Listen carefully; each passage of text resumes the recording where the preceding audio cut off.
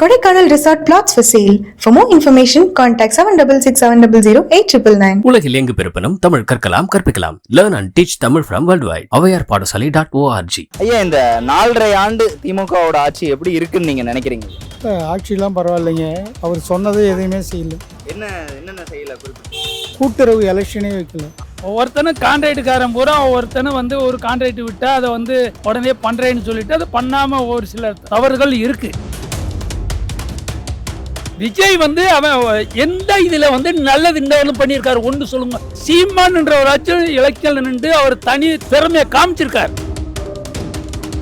அப்புறம் பிரச்சனைகள்லாம் வரதான் செய்யும். ஒரு நாடுன்னு எடுத்துட்டாலே பிரச்சனைகள் இல்லாமலாம் எல்லா இதுவும் பண்ண முடியாது. ஆனால் மோஸ்ட்லி எல்லாமே பண்ணுறாங்க கவர்மெண்ட். நெசவாளி யாருக்குமே நாங்கள் நெசவாளி தான். நெசவாளிக்கு எதுவுமே செய்யல. தெரியுதுங்களா? தேர்தலில் ஏதாவது வாக்குறுதி கொடுத்துருந்தாரு. அதாவது காலகட்டத்தில் எல்லாம் ஒவ்வொரு பிரச்சனை வந்துட்டு தான் இருக்கும். எல்லாமே சால்வ் பண்ண முடியல. அது ஒன்று இருக்குல்ல. தமிழ்நாட்டு ஜனங்களுக்கு எவ்வளவு கொடுத்தாலும் வாங்கிக்கிட்டு தான் இருப்பான். அதை காசுக்கு எவனுக்கு ஓட்டு போடுறானா அவனுக்கு.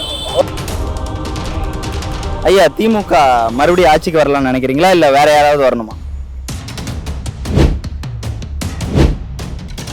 ஐயா, இந்த தமிழ்நாட்டை பொறுத்தளவு 2 பேரை தவிர எவனுமே கிடையாது. ஏன் வேற யாரும் வரக்கூடாது? வர முடியாது. ஏன் வர முடியாதுங்க. எவன் நல்லவங்க? நேயர்களுக்கு வணக்கம். தேர்தல் நெருங்க எல்லா கட்சிகளும் வாக்கு அரசியலுக்குள்ள நுழைஞ்சிட்டு இருக்காங்க. பல கட்ட மாநாடுகளும் பல கட்ட நடவடிக்கைகளும் எடுத்துட்டு இருக்காங்க தேர்தலுக்காக. ஸோ இந்த நேரத்தில் இந்த 4.5 ஆண்டு கால ஆட்சி பொதுவாக இந்த அரசு, இந்த திமுக அரசு எப்படி நடந்துகிட்டுது, ஏதாவது பிரச்சனைகள் இருந்ததா, இல்லை மக்களுக்கு இன்னும் மாற்று தேவைப்படுதா அப்படிங்கிறத இந்த மக்கள்கிட்டே நம்ம கேட்டு தெரிஞ்சுக்கலாம். ஐயா, இந்த 4.5 ஆண்டு திமுகவோட ஆட்சி எப்படி இருக்குன்னு நீங்க நினைக்கிறீங்க? ஆட்சியெல்லாம் பரவாயில்லைங்க. அவர் சொன்னதை எதையுமே செய்யல. என்னென்ன செய்யல? கூட்டுறவு எலெக்ஷனே வைக்கலையா? கூட்டுறவு எலெக்ஷனே வைக்கல.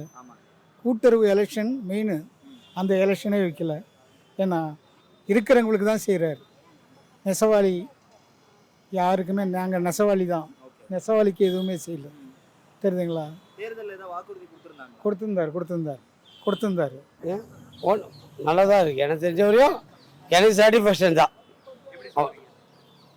அவர் எல்லாமே செஞ்சார். சிலது சூழ்நிலை செய்ய முடியல, அவ்வளோதான். மற்றபடி எதுவும் கிடையாது. ப்ரோ 4.5 வருஷம் பயங்கரமாக இருக்குது ப்ரோ. தமிழ்நாடு வேறு லெவலில் தான் இருக்குது. எந்த அடிப்படையில் சொல்லலாம்? எந்த அடிப்படையில் ஒரு தாழ்த்தப்பட்ட மக்கள்லேருந்து பெரிய இது வரைக்குமே நல்ல ஒரு விஷயம் பண்ணிகிட்டு இருக்காங்க ப்ரோ. 4.5 வருஷம் பயங்கரமாக போயிட்டுருக்கு. எடப்பாடி இருக்கக்குள்ள 5000 கொடுக்கலான்னு சொன்னார். இவர் எதிர்கட்சி தலைவர். என்ன 5000 கொடுக்கலான்னு சொன்னார். இவர் இப்போ இந்த 1000மே கொடுக்கலையே வந்த பொங்கலுக்கு. அவர் இருந்துக்கிட்டு இருக்கக்குள்ள 5000 கொடுக்கலான்னு சொன்னார்ல. இப்போ வந்த பொங்கலுக்கு இவர் 1000 ரூபாயே கொடுக்கலன்னா அப்போ என்ன அர்த்தம்?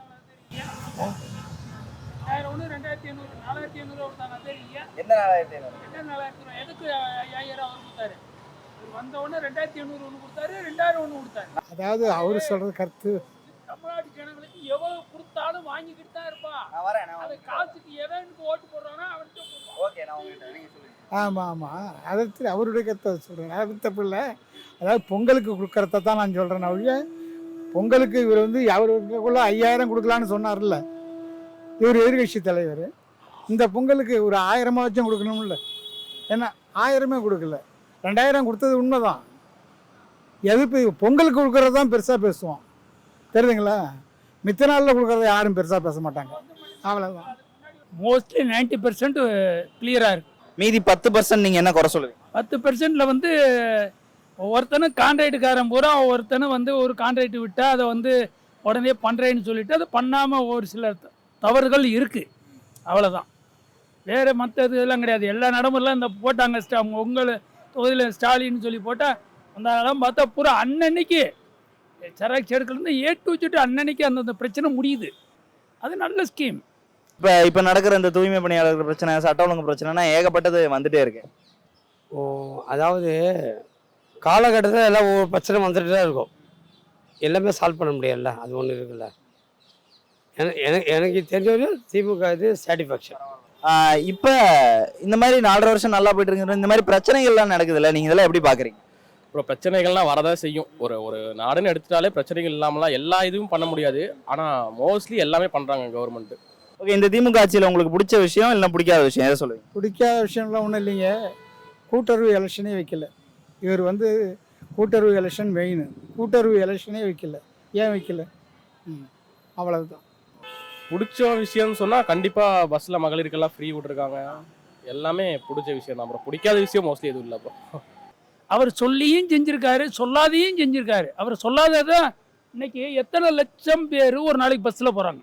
இந்த பஸ்ஸில் போகிறவங்களுக்கு ஒரு நாளைக்கு பஸ் காசு எவ்வளோ தெரியுமா? 40 ரூபா 50 ரூபா. இப்போ யாத்திரைப்பாடியிலேருந்து இங்கே வராங்கன்னா 40 ரூபா.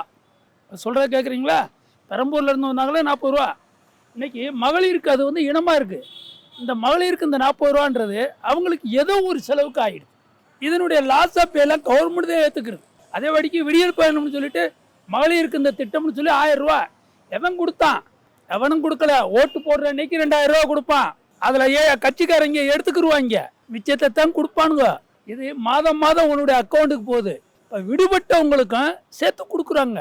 அதனால பெண்களுக்கு கிராமப்புறத்திலிருந்து நகர்ப்புறத்திலிருந்து அடித்தட்டு மக்களுக்கு அதுக்கு ஒரு மாதம் ஒரு 1000 ரூபான்னா என்னாச்சு? பிடிக்காத விஷயம் ஏதாவது ஒன்று, அல்லது உங்களை தனிப்பட்ட ரீதியாக சிரமப்படுத்தின விஷயம்? இல்லை, அதை நான் சொல்ல விரும்பல. இல்லை, அது மாதிரி கிடையாது. எனக்கு தெரிஞ்சு கிடையாது. எனக்கு கிடையாது. அதுவும் சாட்டிஸ்ஃபேக்ஷன் ஆச்சுன்னு சொல்லிட்டேன். இப்போ காலை உணவு திட்டம்னு சொல்லிட்டு குழந்தைகளுக்கு கொடுத்தாங்க. வீட்டில் 2 பேர் இருப்பாங்க. அவங்களுக்கு வசதி வாய்ப்பு எப்படி இருக்குன்னு தெரியாது. குழந்தைகளுக்கு ஓடி போய் டிஃபன் கடையில் வாங்கி கொடுக்கணும். அதை கூட்டி காலையில் ஸ்கூலில் விட்டு போயிட்டா அங்கே காலை உணவு திட்டம். இது அரசு பள்ளியில் பண்ணாங்க. இப்போ அரசு உதவி பெறும் பள்ளியிலையும் பண்ணியிருக்காங்க. இதெல்லாம் வரவேற்கத்தக்க ஒரு இது. குழந்தைகள் படிப்பறிவுக்காண்டி இவங்க டெவலப்மெண்ட் பண்ணிக்கிட்டு இருக்காங்க. அதனால் இது சிறுமைன்னு சொல்கிறது இல்லை, பெருமை தான். இவங்களும் வளர்ந்துட்டா இவங்க யார்ட்டையும் கேட்க போகிறது இல்லை. இப்போ விஜய் அவங்கள பயங்கரமாக எதிர்த்து பேசிட்டு இருக்காரு. இந்த மாதிரி இவங்க நிறைய பேர் சொல்றாங்க, இப்போ வாரிசு அரசியல் ஸ்டாலின், அதுக்கு கலைஞர் ஸ்டாலின், அதுக்கப்புறம் உதயநிதி ஸ்டாலின், இப்படி வாரிசு அரசியல் இல்லாமல் புதுசாக யாராவது வரலாம், இல்லை விஜயோ சீமானோ வரலாம்னு நினைக்கிறாங்க. அதை நீங்கள் எப்படி பார்க்குறீங்க? கண்டிப்பாக ஒரு டைம் விஜய் வரலாம். விஜய் சார் வந்தால் ஒரு நல்லது எதிர்பார்க்கலாம். இப்போவே நல்லா தான் இருக்குது. பட் ஒரு ட்ரை பார்க்கலாம். ஏன்னா ரெகுலராக ஏடிஎம்கே டிஎம்கே வந்துட்டு இருக்கு, நல்லா பண்ணுறாங்க. இருந்தாலும் ஒரு மாற்றுதெல்லாம் பார்க்கலாம். இல்லைங்க, அவர் வந்து சினிமாவில் விட்டு நடிக்கிறத விட்டு இதுக்கு வந்திருக்காரு. அவருக்கு வருமானம், ஏகப்பட்ட வருமானம் வந்தது. அவர் இதுக்கு வந்திருக்கிறத ஏதாவது செய்வாருன்னு தான் வராரு. மக்கள் என்ன செய்தோ தெரியும் சீமா. அவர் வந்து இப்போ மாநாடுகள்லாம் நிறைய நடத்துறாரு, நீங்க பார்த்துருப்பீங்க. ஆடு மாடுகளுக்கு மாநாடு நடத்துறாரு, மேய்ச்சலுக்கு கூட்டு போய் போராட்டம் பண்றாரு. இதெல்லாம் இயற்கைக்கு கரெக்டா இருக்கும்னு நீங்க நினைக்கிறீங்க? கண்டிப்பா ஒரு சில விஷயம் கரெக்டா பண்றாப்புல, ஒரு சில விஷயம் கொஞ்சம் ஒரு மாதிரி இருக்கு. மற்றபடி எல்லாம் நல்லா தான் பண்றாங்க. மக்கள் என்ன சீமான் வந்து எல்லாத்தையும் பேசுவாருங்க. ஏன்னா இருக்கிறவன் இல்லாதவன்லாம் கிடையாது. அவர் அடித்து பேசுவார். வாய்ப்பு இருக்குது. நம்ம விஜய்க்கு வாய்ப்பு இருக்குது. ஏன் விஜய்க்கு வாய்ப்பு இருக்கு? அவர் இளம் வயசு, 50 வயசில் வந்துட்டார் அண்ணன். அதுக்கப்புறம் வந்து துடிப்பாக இருக்கார். எல்லா விஷயம், ஒரு விஷயம்னா துடிப்பாக போயிடுவார், வேகமாக ஓடுவார். இளம் வயசில் அவங்களுக்கு அப்படி இல்லை. அதாவது அரசியல்னால் 4 பேர் 4 விதம் பேச தான் செய்வாங்க. அவங்களும் பார்த்து பேசுவாங்க, இவங்க அவங்களுக்கு. இது வந்து ஒரு 50 வருஷம் நடந்துட்டு தான் இருக்குது. அது சாத்தியம் கிடையாது. அது அவரோட ஒப்பீனியன். பட் எங்களை பொறுத்த வரைக்கும் ஓகே தான். டிஎம்கே பர்ஃபெக்ட் தான். ஒரு வேளை விஜய் வந்தால் கூட ஓகே தான். ஏன்னா விஜய் நல்லா இது பண்ணுறாங்க. சீமான் தெரியுமா? அவர் தெரியும், அண்ணன் தெரியும். சீமான் அண்ணா வந்து இப்போ நிறைய மாநாடு நடத்திட்டு இருக்காரு, நீங்க பார்த்துருப்பீங்க. மரங்களுக்கு மாநாடு, அது நல்லது. அது ஒரு கூட்டம் தான். அவரும் ஒரு கூட்டம் தான். அவரோட அரசியலை நீங்க எப்படி பாக்குறீங்க? அது தெரியலங்க, சரியா அது தெரியல. மரங்களுக்கு அரசியலில் கூட்டம் இருக்கு. எங்கள் மாநாடு கூட்டம் நிறைய வருது. ஐயா, திமுக மறுபடியும் ஆட்சிக்கு வரலாம்னு நினைக்கிறீங்களா, இல்லை வேற யாராவது வரணுமா? இது அது ஆண்டவன் செயல். அது யார் கையிலையும் இல்லை, உன் கையிலையும் என் கையிலும் இல்லை. அதான் மக்கள் பார்த்தா தான் தெரியும். தொடர்ந்து திமுக வரலாமா, இல்லை ஏடிஎம்கேவோ வேற யாரோ வரலாம்? தொடர்ந்து திமுக ஏடிஎம்கே தான் வந்துட்டு இருக்கு. புதுசாக ஏதாவது மாற்றம் இருந்தால் நல்லா இருக்கும். ஆனால் இந்த 4.5 வருஷம் பயங்கரமாக தான் இருக்கு. புதுசாக ஏதாவது மாற்றம் வந்து இருந்தால் நல்லா இருக்கும்னு பார்க்குறேன். டைம் திமுக வரலாம்னு நினைக்கிறீங்களா? இல்லை, அது பெரிய கட்சி. ஏடிஎம்கே பெரிய கட்சி தானே. ஏன்னா அப்படி இல்லை. ஏடிஎம்கே வந்து அம்மா இருக்க வரையும் பெரிய கட்சி. அம்மாவை அசைக்க அந்த டைமில் ஆள் இல்லை. இப்போ அம்மா இறந்துட்டாங்களே. நானே ஒன்று கேளுங்க. ஃபஸ்ட்டு நான் ஓட்டு போட சொல்லி எங்கள் அப்பா வந்து எம்ஜிஆருக்கு போட்டார். எனக்கு நான் வயசு வந்து வர சொல்ல 3 வாட்டி வந்து அம்மாவுக்கு தான், 2 வாட்டி அம்மாவுக்கு தான் போட்டேன். 3ஆவது வாட்டி வந்து அம்மா இல்லை போடல. அப்புறம் டிஎம்கே போட்டேன். ஐயா, இப்போ அடுத்த தடவை ஏடிஎம்கே வரலாமா, டிஎம்கே வரலாம்? ஐயா, இந்த தமிழ்நாட்டை பொறுத்தளவு 2 பேரை தவிர எவனுமே கிடையாது. வர முடியாது, வர முடியாதுங்க. எவன் நல்லவங்க நீங்க சொல்லுங்க, நான் கேட்குறேன். நான் கேள்வி கேட்குறேன். 2 பேருமே நல்லவங்களா? இவங்க 2 பேரும் நல்லவனா கெட்டவனா அது 2வது விஷயம் அரசியல்ல. ஒன்று திமுக இல்லை ஏடிஎம்கே. இந்த 2 தவிர்த்து பிஜேபின்றது வந்து மதவாத கட்சி. விஜய் வந்து அவன் எந்த இதுல வந்து நல்லது இந்த பண்ணியிருக்காரு ஒன்று சொல்லுங்க. சீமான்ன்ற ஒரு எலெக்ஷன்ல நின்று அவர் தனி திறமையை காமிச்சிருக்கார். சீமான்றவர் அவருடைய திறமையை காமிச்சிருக்கார். இன்னைக்கு 8.33% உட்காந்து ஒரு அரசியல் சின்ன வாங்குற அளவுக்கு அவருக்கு திறமை இருக்கு. உனக்கு எந்த திறமையும் கிடையாது. நீ சினிமாவில் நடிக்கிற வந்து எங்க விஜயகாந்துக்கு கூடாத குட்டம் எவனுக்கும் கிடையாது. அது சொல்றத கெடுக்கிறீங்களா? விஜயகாந்த் உதவி பண்ண தெருவில் பக்கத்தில் ராஜாபாய் தெருவில் வந்தவனுக்கு 200 பேர் 300 பேருக்கு ஒரு நாளைக்கு சோறு போடுவான். ஊர்ல இருந்து வந்தவனுக்கு 10 காசு இல்லைன்னா 10 காசு கொடுப்பான். அப்படிப்பட்ட விஜயகாந்த அத்தனை உதவி நிப்பாட்டிட்டு விருத்தாச்சலத்தை ஒண்ணுலதான் வர முடிஞ்சது. அவருக்கு கூடாத கூட்டம் எவனுக்கும் கூடல. ஆனா இப்ப சீமான் வந்து மண்ணுக்கான மக்களுக்கான அரசியல் பண்றாரு, மரங்களுக்கு மாநாடு நடுறாரு, அணிலுக்கானது பண்ணுவாரு. அவருக்கு மனதுல என்ன தோண்டிச்சோ அவர் தான் தோன்றிதான்.